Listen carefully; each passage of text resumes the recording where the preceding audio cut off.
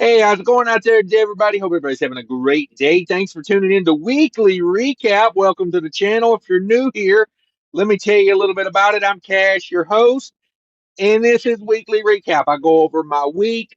I break down a typical week of operating this semi truck in the United States. About to set up 80-20 split with a refrigerated carrier. I get the 80, they get the 20. I pull their trailer, no charge, and I run a very fuel efficient operation. That is one of my top goals, is to run a fuel efficient operation. That means good fuel mileage and low idle times. And always help my fuel economy by adding some Hotshot Secrets. If it offends you that I talk about companies that help me out, then I don't, sorry, not sorry. If I say Hotshot Secrets and it makes you want to unsubscribe, then I know you were never truly part of my community, because my community knows I'm all about making money. And the beautiful thing about Hotshot Secrets is it's a product I use, and they pay me to say their name, Hotshot Secrets. So let's get to it a little bit here. If you do want to join the community, there's a subscribe button down there. If you find value here, be sure to hit the thumbs up button. But let's break it down. So I don't talk about my carrier, great carrier, but I suggest you go do the research and find your own. That's just how I prefer you to do it. And what else? This is from the end of April 2023. So if you're watching this in the future, bless you. And I hope you're having a great day in the future. I hope the future's still here in the future. The way things are going, I'm wondering about it. But let's talk about this week. Let's break it down. Um, Lord have mercy, it's just getting harder and harder to make a buck out here as a truck driver. I don't know. I don't want to sit here and cry too much about it, but we know the struggles out here right now. So let's talk about it. I like to start my weeks in Minnesota. I like to go out. I like to come back. That's just the way I like to do it. I'm not dead set in that. I own a business, and I use that business to support my family. So I can't always get what I want, as they say. So this week I started out, I went Minnesota. I had a one pick, three drops out to the East Coast. And then I got to the East Coast, and wow, zers is the East Coast flopping like a fish out of water right now. I'm not gonna say it's dead out there, but I'm gonna say if that thing don't get some air soon, she's gonna be in trouble. You know what I mean? Whoo, we that East Coast. Let me tell you about it. So I did the Minnesota one pick, three drops on the East Coast. I'll come back and tell you more about that. And then I come out of the East Coast and I went to Florida. Yeah, went to Florida. There's probably some people right now unsubscribing because I said I went to Florida. I can't stop you from unsubscribing, people. Just know that. But my thought on it is, if you're gonna unsubscribe, just mosey on. Like you don't have to leave me a long rambling comment about your unsubscribing. Let's save that for the Bud Light commercials. As far as I'm concerned, that was the best move to go to Florida. That's the only way you come out of there with any kind of money. And of course, I don't just go to Florida without a plan. That's my thing with Florida. I don't mind going to Florida, but I'm not going to Florida on a hope and a prayer. You better have me something already lined up that's decent to come out of there. That's just how I look at it. So, and I ended the week in Florida. That was the whole week. So let's talk about it. Let's break it down. One pick in Minnesota, and then I had a stop in PA. I had a stop in New York, and I had a stop in Connecticut. Okay, that's how that broke down. So the beautiful thing is, the New York was not New York City; it was like rural New York. So, but honestly, it was so damn rural, I'd almost took a New York City. I mean, this thing was way out in the mountains, had no cell service forever out there. But enough crying about that. The good news was it was 39,000 pounds, and 22 of it came off at the first stop in PA. So at least having to go out to the mountains in New York, I only had like 17, 18,000 in the box. That helps. So it was 39,000 pounds total. 34 degrees was the temperature on that. 53 empty miles, 1551 on the loaded miles on that, for a total mile of 1604 on that. 1604. That load paid $4,700. So that pretty much made the week right there. That was it. And then we get out to Connecticut, finaled in Connecticut. Yeah. So then I'm sitting in Connecticut on a Monday morning looking for a load. Nothing. I'm talking like, on the load board, literally like 15 loads available within 100 miles. And that's drive in or reefer. I mean, just nothing out there. Absolute nothingness.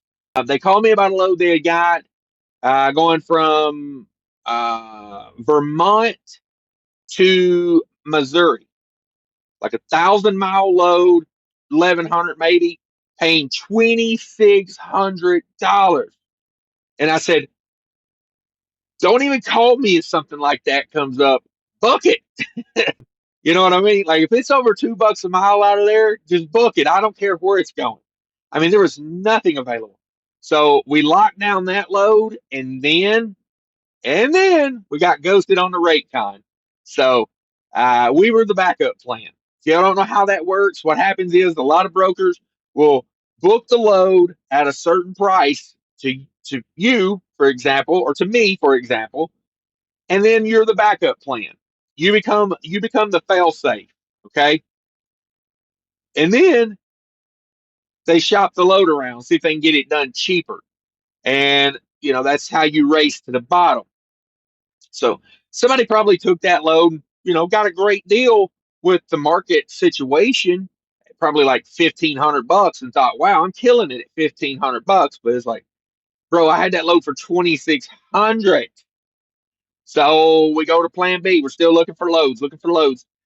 Load from Connecticut, just right up the road from where I was at, going to Chicago, 870 miles loaded, paying $1,100. That's $1.28, I think it worked out to, something like that. That's East Coast living for you right now. $1.28 to drag a 44,000-pound reefer load back to Illinois. I'm just not a fan of that. You know what I mean? I told him, I said, honestly, if you can get me like 1,000 out of Chicago back to Minneapolis, I'd deadhead all the way to Chicago just to get that, because that's like two and a quarter a mile. But at least I can just go home on that. To pull someone's 44,000-pound load all the way to Chicago for $1.25 a mile basically is not enticing to me. I would almost just say, hey, let that ride. Let that ride there, because that's an insult. I'm all about fair market, but at some point it gets insulting. So I found well, I didn't, but the company I'm leased onto, they found another load going down to Florida, and I took it. Not a great paying load. I think it worked out to, that was like $2 a mile. And then I had to deadhead a ways to get it. So it was like $1.80 or something a mile all in. Yeah, not great to go to Florida, mind you. But we did have a plan out of Florida that was over $2 a mile. And I said, for this market, I'll turn for $2 a mile. It's not great, but it's like you got to do something, to keep your business moving. So I don't know. I feel like we're coming to a point where if you've got a big truck payment or just a very expensive business model, you may be getting out of the spot market soon, and that may help the rest of us survive. And I hate to be that way, but hey, trust me, I've been in those shoes before. I've been the guy that didn't make it. I've been the guy that just bought a truck and then the market went sour, and had to have to give the truck back. Like 15 years ago, I did that. Okay, it is what it is. Like you just got to be. It is what it is. So anyway, I took the load I had to deadhead down to New Jersey, 203 miles I deadheaded from Connecticut down to Jersey to get a load going to Florida. Ouch. $2,100. That load was 1,027 on the loaded, 203 empty, made it 1,230 total for $2,100. Whoo, that's the world we living in these days. It also was 34 degrees, 38,000 pounds. I don't know. I don't know what to say about it. You know, fuel's going down a little bit. That's helping matters out some, but I mean, fuel's going down because there ain't no industry working right now. You know, winter's over, so they ain't burning no heat and oil. Uh, you know, things like that are going on. So fuel's going to go. Fuel will continue to go down, I think. Let's talk about it. So that was the week. 2 loads: Minnesota, PA, New York, Connecticut, then down to New Jersey to Florida. Total revenue for the week, $6,800 total revenue. So that kept me right in my range of. I'm gonna lower the bar some. I was like I wanted to make 7,000. I think as long as I'm over like I want to be 7,000. That's still my goal, but I think 7,000 a week in this market is unrealistic. Honestly, I do. Just how I see it these days. But I'm gonna have to lower that bar maybe like 6,500, maybe 6 grand even. We'll see. But that was 6,800 total revenue. My 80% was 5440, $5,440. I ran 2,834 miles.